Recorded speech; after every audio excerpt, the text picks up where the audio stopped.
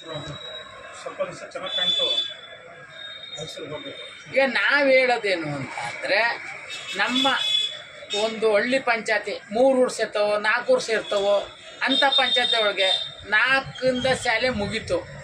4ರಿಂದ 5 ಶಾಲೆ ಗಂಟ 8ನೇ ಶಾಲೆ ಗಂಟ ಒಂದು ತರಗತಿ ಬರ್ತವೆ.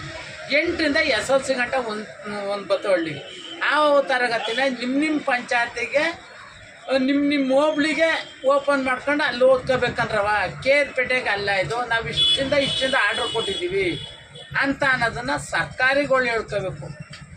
ಅದನ್ನು ನಾವು ಹೇಳೋಕ್ಕೋದ್ರೆ ಸರ್ಕಾರಿ ಶಾಲೆ ನಾವು ಸೇರ್ಸಕ್ಕೆ ಬಂದೀವಿ ಕಣ್ರಿ, ಬರೆಯಕ್ಕೆ ಬಂದೀವಿ ಕಣ್ರಿ ಅಂತಾರೆ.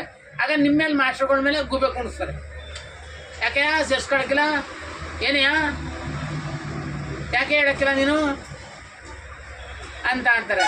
ಅದನ್ನು ಹಳ್ಳೀಲಿ ಮಾಸ್ಟರ್ಗಳಿಗೂ ಸ್ಕೂಲು ಅನುಕೂಲ ಆಯ್ತದೆ, ನಮಗೂ ಅನುಕೂಲ ಆಯ್ತದೆ. ಹಳ್ಳಿಲಿ ಇದು ಬಿಟ್ಬಿಟ್ಟು ಇನ್ನೂ LKG UKG ತಗೊಂಡ್ರೆ ಕೇರ್ಪೇಟೆ ಒಳಗೆ ಸೇರ್ತೀನಿ ಅಂತ ಅಂದರೆ ಅದು ಮಕ್ಕಳುಗಳು ಹಳ್ಳಿ ಶಾಲೆಗಳೆಲ್ಲ ಬಿದ್ದೋಗ್ತಿಲ್ವ?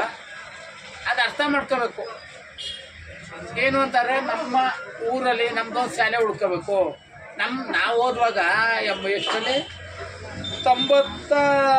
85ರಲ್ಲಿ ನಮ್ಮೂರಲ್ಲಿ 4ನೇ ಕ್ಲಾಸ ನಮ್ಮೂರು, ಆಮೇಲೆ ಇಳ್ಳಳ್ಳಿ ಇಲ್ಲ ಮುರುಕ್ನಳ್ಳಿ, 4ರಿಂದ 5 ದಾಟಿದ್ರೆ 8ನೇ ಕ್ಲಾಸ್ ಗಂಟ. SLC ಆಯಿತು ಅಂದರೆ ಕೇರ್ಪೇಟೆ ಕಳಿಸೋದು.